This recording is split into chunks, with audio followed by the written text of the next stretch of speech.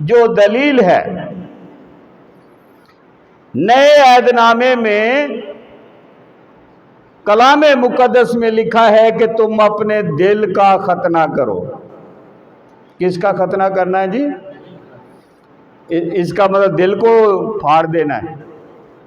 اگر کسی انسان کا دل پھٹ جائے یا سوراخ بھی ہو جائے تو وہ زندگی گزار سکتا ہے؟ یہ یعنی اپنے آپ کو تبدیل کرنے کے لیے لفظ استعمال ہوا ہے۔ یہ اس طرح استعمال نہیں ہوا کہ ہم نے دل کے اوپر چھریاں مارنی ہیں تاکہ اس کا ختنہ ہو جائے، بلکہ اپنی زندگی کو تبدیل کرنا ہے۔ اب میں اس کی بنیاد پہ آتا ہوں۔ اس لیے اگر بڑے شریک ہیں تو بچے بھی برابر کے شریک ہیں۔ پیدائش 17واں باب 9ویں آیت سے 14ویں آیت تک یا آخر تک آپ پڑھیں تو آپ کو سمجھ آ جائے گی کہ خدا جب ابراہیم پر ظاہر ہوتا ہے، جب خدا ابراہیم کو دکھائی دیتا ہے تو خدا اس کے ساتھ ایک عہد کرتا ہے، اور اس کے عہد کا نشان ختنے کے طور پر رکھا جاتا ہے، اور وہ وہاں پر جو برکت کی بات ہے وہ برکت ہے کہ میں تیری اولاد کو برکت دوں گا، تو بہت سی قوموں کا باپ ہوگا۔ یہ عہد ہے، یہ وعدہ ہے جو خدا اپنے بندے ایمانداروں کے باپ ابراہیم سے کرتا ہے، اور کہتا ہے کہ یہ عہد میں تیری اولاد سے باندھتا ہوں۔ تو یہ بچے بھی جو ہیں یہ وعدے اور عہد جو خدا نے رکھا اس کے فرزند ہیں۔ یہ برکت جو چاہتے کہ ہم مسیح کے قریب ہو جائیں، بپتسمہ مسیح میں شامل ہونے کا نشان ہے۔ کیا ہے جی؟ مسیح میں شامل ہونے کا نشان ہے۔ اگر مجھے کہا جائے، میں کسی اور کی، آپ اپنا اپنا سوال یہ ذہن میں کر لیں، اگر کوئی مجھے کہتا ہے کہ آپ دونوں میاں بیوی تو مسیح میں شامل ہو مگر آپ کے بچے مسیح میں شامل نہیں ہو سکتے، کیا میں باپ ہوتے یا ماں ہوتے ہم قبول کریں گے؟ نہیں قبول کریں گے، کیونکہ ہم یہ چاہتے ہیں، آج اگر یہ مٹھائیاں آئی ہوئی ہیں تو کس مقصد کے لیے؟ زبور 127 میں لکھا ہے کہ اولاد خداوند کی طرف سے میراث ہے، اور پیٹ کا پھل اسی کی طرف سے اجر ہے، اور خداوند برکت دیتا ہے۔ بیٹی انم اور عدیل کی جب بیٹی کی ہم زندگی کی گواہی سنیں تو ہمارے رونگٹے کھڑے ہو جاتے ہیں۔ کوئی ایسی صورتحال نہیں تھی۔ انسانی سوچ کی اگر ہم بات کریں تو کہیں سے ایسی بات نظر نہیں آ رہی تھی کہ بیٹی کو وہ سروائیو کر سکے، مگر خداوند جب برکت دیتا ہے تو سنبھالنا بھی اس کا کام ہے، زندگی دینا بھی اس کا کام ہے۔ اور ہمیں میرے عزیزوں دو چیزوں میں یہ ہمیشہ ذہن میں رکھنا چاہیے کہ ہم اگر جوان ہیں، بوڑھے ہیں، کسی بھی عمر میں ہیں، بچے ہیں، سب خدا کی برکت میں شامل ہیں، سب فضل میں شامل ہوتے ہیں۔ اور اعمال دوسرے باب کی 39ویں آیت میں کیا لکھا ہے؟ پڑھیں ذرا 39:39۔ اس لیے کہ یہ وعدہ تم کو تمہاری اولاد اور ان سب دور کے لوگوں سے بھی ہے جن کو خداوند تمہارا خدا اپنے پاس بلائے گا۔ یہ وعدہ، یہ سیکرامنٹ جس میں مسیح میں شامل ہونا ہے، خدا کا کلام کیا کہتا ہے؟ یہ وعدہ تم اور تمہاری اولاد اور ان سب دور کے لوگ جو ابھی تک اس وقت جب لکھا گیا جنہوں نے ابھی تک خداوند یسوع مسیح کو قبول نہیں کیا، ان کی اولاد کے لیے بھی یہ برکت ہے جو خداوند یسوع مسیح کو قبول کرتے ہیں۔ یہ خدا کے کلام میں لکھا ہے۔ بے شک اس وقت کیونکہ انجیل کی منادی ہو رہی تھی، اور انجیل کی منادی بڑے لوگوں میں ہوتی ہے، مگر پاک کلام میں یہ بالکل واضح ہے کہ تو اور تیرا گھرانہ بپتسمہ لے تو نجات پائے گا۔ اب سادہ سی ایک میں مثال اس کے لیے دیتا ہوں آپ کو سمجھانے کے لیے۔ بچپن میں تو نائی گانڈ لے کر جاتے تھے، اس وقت یہ نہیں ہوتا تھا کہ نہیں جی آؤ تو کنے نہ آؤ۔ آج کل کارڈز ہوتے ہیں، اس میں ہم کیونکہ یہ رکھا ہوتا ہے کیٹیگری کے یہ 2 افراد بلانے ہیں یا خاندان بلانا ہے۔ اگر کارڈ مجھے آتا ہے کہ پادری مرکز اور خاندان، اس کا کیا مطلب ہے بتائیں ذرا؟ ہاں، پادری مرکز اور خاندان کا کیا مطلب جی؟ فیملی سنے۔ فیملی دے وچ کون کون ہے؟ بیوی بچے، تو اور تیرا گھرانہ، تو اور تیرا خاندان بپتسمہ لے تو نجات پائے گا، مسیح دے وچ قائم ہو جا۔ بے شک بیٹی انم کی بیٹی ہے، آج ایک اور آصف کا بیٹا ہے، اس کو بھی بپتسمہ، ان کو نہیں پتا کہ آج کیا ان کے ساتھ ہے۔ مگر ایک چیز میں آپ کو سمجھا دوں کہ یہاں ایک سوال ابھی پوچھا جائے گا، دھیان رکھا کریں۔ والدین سے پوچھا جاتا ہے کیا تم پیر پرستی، بت پرستی اور توہم پرستی سے انکار کرتے ہو؟ میاں بیوی کہتے ہاں جی۔ اگر وہ بعد میں ایسا کرتے ہیں تو وہ ان کا فیل ہے، ہم نے پوچھا ہے۔ اگر وہ کہتے ہیں کہ ابھی تک ہم ایسا نہیں کرتے تو بپتسمہ دینا واجب نہیں، کیونکہ بچے آگے سکھانا پڑتا ہے، آگے بچوں کو ذمہ داری ماں باپ پر ہوتی ہے کہ جب تک یہ بچے سمجھدار نہیں ہوتے ان بچوں کو تعلیم دینا سکھانا ماں باپ پر فرض ہے، ان کو اپنی زندگی سے نمونہ دینا ماں باپ پر فرض ہے، اور اس کے بعد جب مستقیم ہو جاتے ہیں پھر ان کا ذمہ ہوتا ہے جو بھی ماڑے چنگے اچھے اور برے کی ذمہ داری ان پر ہے۔ پاک کلام میں نئے عہد نامے میں بہت ساری جگہ جو ہے وہاں پر خاندان فیملی کا استعمال ہوا ہے۔ پہلا کرنتھیوں 7ویں باب کی 14ویں آیت ذرا دیکھیں۔ کیونکہ جو شوہر با ایمان نہیں وہ بیوی کے سبب سے پاک ٹھہرتا ہے، اور جو بیوی با ایمان نہیں وہ مسیحی شوہر کے باعث پاک ٹھہرتی ہے، ورنہ تمہارے مرزان ناپاک ہوتے مگر اب پاک ہیں۔ اگر آپ خداوند یسوع مسیح پر ایمان رکھتے ہیں تو اس کا اثر آپ کی اولاد پر ہوتا ہے، یہ سمجھنا ہے۔ یہاں خدا کا بندہ لکھتا ہے کہ اگر آپ غیر ایماندار ہیں تو آپ کی اولاد بھی غیر ایماندار ہوگی۔ اگر آپ مسیح میں شریک ہیں جو انگور کا حقیقی درخت ہے تو اس پاک سیکرامنٹ اور برکت اور وعدے کی ضرورت آپ کے بچوں کو بھی ہے، کیونکہ وہ بھی پاک ہیں۔ غلطیوں 3 باب اور اس کی 14ویں آیت ذرا پڑھیں۔ تاکہ مسیح یسوع میں ابراہیم کی برکت غیر قوموں تک بھی پہنچے اور ہم ایمان کے وسیلہ سے اس روح کو حاصل کریں جس کا وعدہ ہوا ہے۔ ابراہیم کی برکت اور ابراہیم کا وعدہ تو اس کی اولاد سے ہوا تھا، عہد کا نشان اولاد سے رکھا گیا تھا۔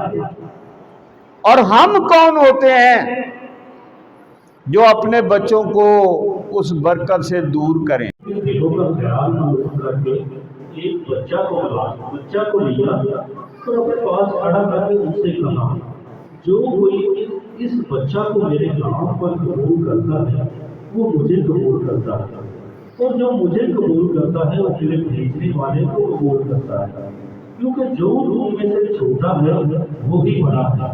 یسوع نے اپنے شاگردوں کو سکھانے کے لیے ایک بچے کو پکڑا۔ آج خدا کا شکر ہے کہ ہم بچوں کو ان کی باتوں کو اہمیت دیتے ہیں۔ سے پہلے بزرگ بڑا بچوں کو یہ بھی انہاں نوں کیوں بچ لیاندے ہو۔ ادھر چرچ میں نام نہیں لوں گا، ہمارے ایک بزرگ تھے، 3-4 دفعہ وہ چرچ میں کھڑے ہو گئے، اے جی بچے ڈسٹرب کر رہے ہیں۔ تو میں نے ان کو کہا کہ آپ میری طرف دھیان دیں، بچوں کی طرف دھیان نہ دیں۔ میری دعا ہے کہ خدا آپ کو پوتا یا پوتی دے، تو پھر میں آپ سے سوال پوچھوں گا۔ اور پھر وہی بچہ اتنا شرارتی ہے کہ دوڑتا، اور وہ کبھی اس بندے نے کھڑے ہو کے ایسا نہیں کہا۔ میں نے کئی دفعہ اس کو باہر جا کر، ہاں جی سناؤ سر جی، بچے روکیے پھر بچیاں نو، نہیں بچے تے بچے ہوندے نے۔ یسوع نے بچے کو کھڑا کر دیا اور سکھایا کہ جو اس بچے کو قبول کرتا ہے وہ مجھے قبول کرتا ہے۔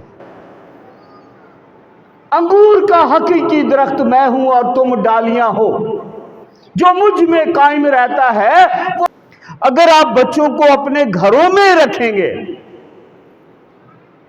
تو وہ آپ کے تو وارث ہو سکتے ہیں، مگر وہ اس عہد کے فرزند نہیں ہو سکتے، اس وعدے کے فرزند نہیں ہو سکتے جن کے بارے میں خداوند کہتا ہے۔ اب یوئیل نبی کی ایک بڑی مشہور آیت، اور لوگ بعض اوقات روزوں میں اس آیت کو استعمال کرتے ہیں۔ خدا کا حکم ہے، 2 باب 16، تم لوگوں کو جمع کرو، جماعت کو مقدس کرو، بزرگوں کو اکٹھا کرو، بچوں اور شیرخواروں کو بھی فراہم کرو۔ دلہا اپنی کوٹھی اور دلہن اپنی خلوت خانہ سے نکل آئے۔ مقدس محفل فراہم کرو۔ اس میں کون کون کہا گیا ہے؟ بوڑھے آ جائیں، جوان آ جائیں، بچے آ جائیں، شیر خار بچے بھی آ جائیں، جڑے ماں دا دودھ پین والے بچے وہ بھی شامل ہو جائیں۔ خداوند سا کسی کے لیے دروازے بند کر رہا ہے یا؟ ہاں جی، میری طرف تھوڑا سا دھیان دے کے سمجھیں۔ یہاں خدا نے سمجھدار تے وڈے ہی ہوندے نے نا، بزرگ ہوندے نے یا سیانے جڑے نے 13-14 سال یا 12 سال تو ہوتے۔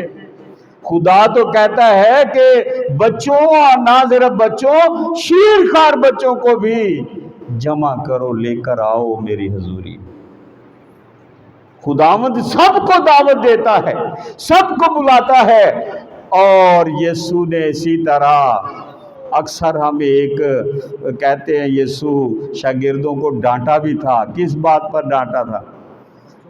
بچوں کو میرے پاس آنے دو، انہیں ایتھوں تک گل گئی، پھر بھی اسی اپنی اس گل تو نہیں نکلتے۔ کچھ پچھلے اس چرچ میں پچھلے دنوں کچھ ایسا لوگ آ جاتے ہیں بپتسموں والے۔ یہاں بیٹی نے پڑھا اور میں نے بھی وہ آیت کہ ہمارا خدا ایک، ایمان ایک، اور بپتسمے کنے 2 کیوں نہیں لکھے؟ 2 ہونے چاہیے نا، پھر جیسے ایک بچے بچپن ہو گیا، ایک پھر سیانے ہو کے پھر ہونا چاہیے۔ جے خدا ایک کے، ایمان ایک کے، تے بپتسمہ بھی ایک کے، بھاویں وہ چھوٹے ہوندیا ہو گیا ہے یا بڑے ہو کر ہوا ہے، ایک ہی ہے، شامل ایک دفعہ ہوتے ہیں۔ میں آپ کو سمجھاؤں،